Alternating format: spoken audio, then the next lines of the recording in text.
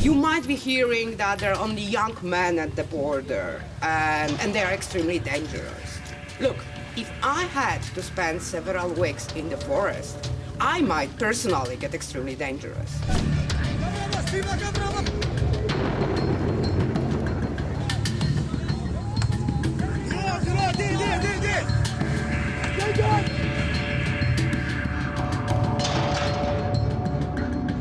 My name is Shiar. I'm from Syria, from Afrin city, age 37. When the Syrian war, I go out Syria in Lebanon. Шияр – сирийский курд. Он просит не показывать его лицо и не называть фамилию, потому что в Сирии остались его жена, двухлетний сын, мать и две сестры. В 2013 году, в разгар гражданской войны в Сирии и после гибели брата, Шияр вместе с другом бежал в Ливан. Когда в 2018 году вооруженные силы Турции и сирийская национальная армия взяли под контроль Африн, жена Шияра также бежала к нему в Бейрут. Там у них родился сын. В 2021 году Шияр решил попробовать перебраться в Европу. And I get ticket from Lebanon to Minsk. Some people told me it's very easy. Many people go out, travel Minsk and go Minsk border just to walk 6 kilometers and arrived Poland. Just social media, Facebook, many people write, it's very easy. 25 сентября Шияр купил тур в бейрутском турагентстве за $4000. 19 октября он вместе с несколькими десятками других мигрантов вылетел прямым рейсом из Ливана в Беларусь.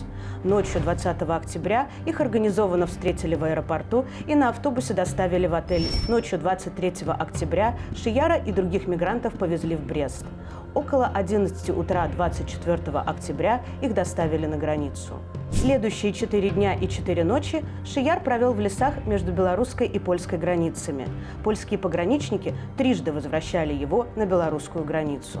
Шияр уже потерял надежду выбраться живым, когда 28 октября польские волонтеры нашли его в лесу и отправили в больницу в Хайнувке. The Gushia team saved me. Yeah. We got the pin that he's stuck in the swamp. So we had to like almost crawl there through the water, and we found him on the ground. He couldn't move totally, absolutely just was very painful because his ribs were broken by the soldiers, and the pin was sent by his colleagues who left him because he said that, okay, I cannot go any further, I will just stay here and die and you go save yourselves. So when he saw us, he started to cry. Гося, или, как называет ее Шияр, Гуша, это Малгажата Токарска, жительница приграничной деревни Беловеж. Она, как и десятки, если не сотни других волонтеров, уже более 2 месяцев помогает беженцам, оказавшимся в геополитической ловушке в польских лесах. I am a Białowieża citizen. I live here for, 18 years or so at the moment. And I'm one of the people that try to help the refugees to survive in the forest. We just got information, everybody knows that they just send pins, so we locate them and we can find them. How often do you get such messages? Oh, it depends. It depends on the number of refugees at the border. Sometimes it's quiet the whole day, like last days are really quiet because, maybe the border is now really guarded well, I don't know. But sometimes we just don't have enough people to go to all the places because there are so many of them. And they are very lucky, these people who are taken to the refugee camps. And sometimes even if they fill their documents and this is sent to the institutions that should get it, and it seems like they are safe at the moment, usually they are just pushed back and nobody cares. Но все равно далеко не всем. С августа, когда грядущий гуманитарный кризис на польско-белорусской границе стал очевиден, 14 польских благотворительных и правозащитных организаций объединились в проект «Группа Граница» для помощи мигрантам. Я работаю с мигрантами почти 6 лет, и как только начался кризис где-то в августе, Мы сразу собрались в несколько организаций вместе, начали думать, что мы можем сделать, как можем сделать. И эффективно мы начали действовать в начале сентября. В августе польское правительство объявило, что будет выдворять всех нелегалов, обнаруженных на территории страны. Активисты группы «Граница» настаивают, что помощь людям в беде не может быть объявлена вне закона. What happens here is against every legal logic Europe has. You might be hearing that there are only young men at the border, and they are extremely dangerous. Look, if I had to spend several weeks in the forest, I might personally get extremely dangerous. What we do is perfectly legal. It's absolutely legal to give someone food, give someone water, and give them warm clothes. That's by law. Actually, that's required by law. Our Polish law says that when you see a person whose life is in danger, you must help. That's your legal obligation. You could go to jail for not doing so. If we start by selecting whom we can help and whom we cannot, we start creating better people, worse people. And we all know where that ends. С начала сентября в восточных приграничных районах Польши действует режим чрезвычайного положения. За несколько километров до границы на всех дорогах стоят блокпосты. Внутрь этой зоны не могут попасть ни правозащитники, ни журналисты. Зато режим Лукашенко охотно пускает белорусских и российских пропагандистов везде, от палаточных лагерей мигрантов вплоть до забора на границе с Польшей. В результате информационное пространство щедро наполняют кадры белорусской и российской пропаганды о польских пограничниках, которые якобы атакуют слезоточивым газом несчастных беженцев с маленькими детьми. При этом независимые СМИ практически лишены возможности давать адекватную и объективную картину происходящего на польской стороне границы.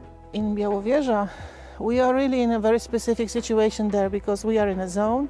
No one can come and help us, so we are not lawyers usually, not doctors, not volunteers. We are not qualified. We try to learn a lot now. Польские власти отказались дать доступ в зону ЧС даже врачам из волонтерского проекта «Медицы на границе», «Медики на границе», который организовал врач-анестезиолог из Варшавы Якуб Сечка. С помощью Фейсбука он собрал команду из 43 медиков и 8 координаторов, нашел карету скорой помощи, лекарства, оборудование и помещение под базу недалеко от границы. It started when one of my friends, who I know from the high school, who is a member of the Granica group, wrote to me that she's providing humanitarian aid at the border and they need some medical support. And maybe I know someone who can help them. So I wrote to some of my friends who are medical professionals and we started to talk how we can help to survive those people. We started our first shift on 7th of October at 8 a.m. The authorities answered us that it would be unsecure for us to enter this area, but national ambulances are entering this area. So border guard is providing, all the security to national security ambulances. So we wanted to be treated just like national ambulances to enter this area, but there was no good response. Утром 9 ноября неизвестные прокололи шины карете скорой помощи медиков на границе. Врачи, вернувшиеся после очередной спасательной операции из леса, увидели рядом со своей машиной людей в военной форме, с оружием и на военном автомобиле. Министерство обороны Польши отрицало причастность солдат к инциденту. 14 ноября неизвестные топорами и ножами разбили 5 личных автомобилей врачей. После этой атаки медики на границе объявили о завершении проекта ради безопасности членов команды. Concerning the accidents, two accidents with your cars, we were in the area. It's, if I may use this word, infiltrated with police, military, bodyguards. They are just everywhere. How could that happen? That all those things happened to your cars unnoticed? I don't know who did it, so I have no explanation, and I think it's maybe strange that such things are happening in the area when you can meet a policeman or a border guard officer on every street and every corner. Yes, I'm disappointed and I'm very sad because I know how many good things we did and how many things we would do. I really know that this is true, that there are people in the woods who are really suffering and they are really in a very bad condition. So it is very sad for me as a human being, as a doctor, to leave them, if it is a proper word, to not be able to help them. But I think about them, but I have to think about the security of my team. And it's a first priority I think about. And every paramedic and every doctor and every nurse has to come back home sound and safe. За 39 дней медики на границе помогли более чем 300 мигрантов. Около 1,5 десятка беженцев находились в критическом состоянии, в том числе от переохлаждения. Им потребовалась госпитализация. Как правило, мигрантов находят в глубине леса. Самая большая группа беженцев, которой помогли медики на границе, состояла из 16 взрослых и 16 детей, рассказал Якуб. 4 врачей, 2 мужчин и 2 женщины больше часа пробирались к ним пешком сквозь густой лес посреди ночи, неся на себе не только медицинское оборудование и лекарства, но и 35 литров воды. Впрочем, миссия медиков на границе была сложной не только физически, но и психологически. We've got 2 psychotherapists working with our group, and we meet every Friday on Zoom, and we talk about, emotions and the things we saw and we feel about the things we do, and there are, really a lot of emotions, and people are crying. Young doctors or paramedics who just started their work 2 months ago. We are experienced doctors. I'm a specialist of anesthesia and intensive care. I finished my medical school 10 years ago. So I work in, emergency ambulances for 8 years. I saw a lot of, death, suffering, people in really bad condition. But, we operate in some safe environment. You transport a person to the hospital and you know that someone will treat him as best as he can. But here the situation is really different and more difficult because you meet someone in the middle of the woods. You know that transporting this man or women to the hospital would mean that they will have a contact with border guards and they will be pushed back in Belarus probably. So it's a very hard decision for a doctor or for a paramedic to take or not to take someone to the hospital. So it was a great psychological burden for us too. Волонтеры подтверждают, что беженцы зачастую просят не вызывать официальную скорую помощь. 4 days ago, there was a family from Iran. There was a family from Iran, and they were hungry and exhausted. And the lady, mother of the 2 kids, she wanted to go to see the doctor, but she didn't want us to call the ambulance because this is absolutely associated with the border guards, and they were already pushed back like 7 or 8 times. So that was the last time. They are in Germany, fortunately, so they were very, very lucky. How did they manage to do that just in 4 days? They did it in 1 day, actually. Wow. They just found a smuggler. They called a taxi, they say, and they did. And in 15 minutes there was a man with a car, and they just got in. 12 hours they were in Germany. This is amazing. We had no idea there's such a industry, and that they just pay. It's not like the driver was afraid, like, okay, another group. Is it going to work this time? What we will do? How to get there and which way to take? It wasn't like that. It was like a bus driver, just a regular line there. And not one, because there are many of them. This is amazing. And we were in it, I mean, in the spot, and we had no bloody idea about it. По словам волонтеров, основная масса мигрантов родом из Афганистана, Сирии, Ливана, Ирана и Ирака. Но также есть беженцы из Конго, Сомали, Йемена и других стран. Все эти сообщения, которые они слышат и смотрят в своей стране происхождения, обещает им, что это очень простой путь, несложный, что это просто один шаг, и вы уже в Европейском Союзе, возьмете такси и быстренько найдете себя в Германии. И даже, как мы начали пытаться на разных форумах или на группах на Фейсбуке сообщать, что именно происходит на границе, они нам не доверяли. Некоторые не понимают, что белорусские власти их обманули. Некоторые не хотят доверять или просто не представляют себе, какие условия здесь их ждут. Так мы говорим про людей из Ирака, Сирии, других теплых стран. Да, они не понимают, что это означает, если температура ниже нуля. И здесь снег и мороз. Just social media, Facebook, many people write it's very easy, but it's not true. It's not true. It's very difficult.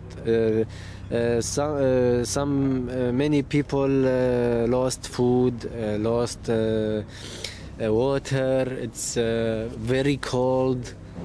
Yeah, it's very difficult. It's not true. It's easy. Many people ask me how to arrive to Poland.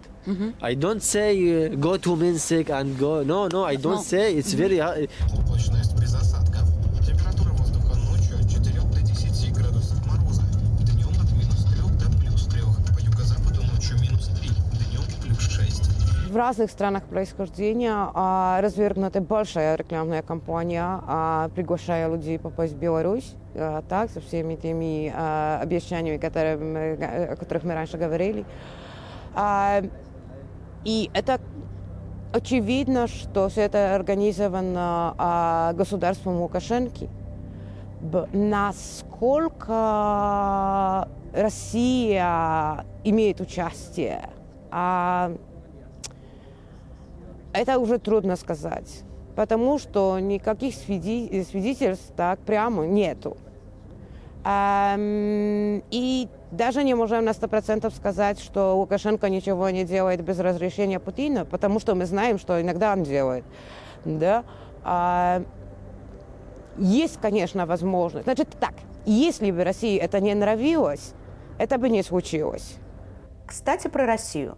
На российские сим-карты съемочной группы The Insider на польской стороне границы приходили СМС от польского МЧС, которая, вероятно, делала рассылки на номера предполагаемых мигрантов.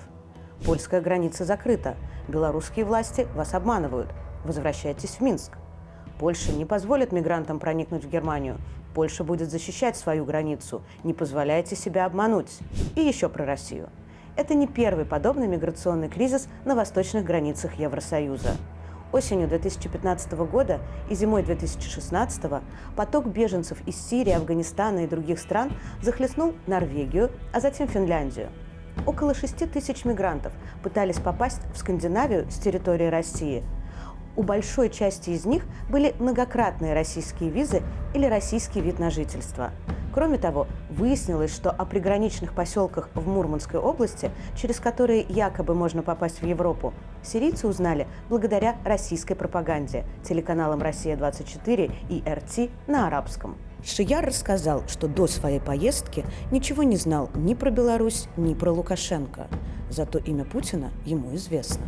Putin, yeah, I know Putin. It's Russian president. I hate him. He saved government Bashar. Wait, I translate. I consider Putin occupying Syria and interfering in Syrian affairs, and I'm against it. Did you feel somehow that this crisis, humanitarian crisis, somehow made you open inside yourself different feelings? You know, I saw on our Zoom meetings these cynical guys who were crying, so I would not say that these men or women are cynical. I think they are really good people who know that their job is to help others without thinking about, their legal status, their goals, their nationality, their religion. We didn't think about all those things. Did it change something inside me, you ask me? I'm more pessimistic about human condition, I think, after what I saw. Because, these were situations as images I personally have seen until now only in the media, in TV, or situations I was reading in newspapers. And it was somehow unrealistic, but when you see it, when you experience it yourself, or when you talk to your friends who are in such situations, you know that maybe Earth is not such a good place you thought that it is. Вместо медиков на границе мигрантам теперь помогает Польский центр международной помощи. К нему присоединились более 20 врачей из команды Якуба.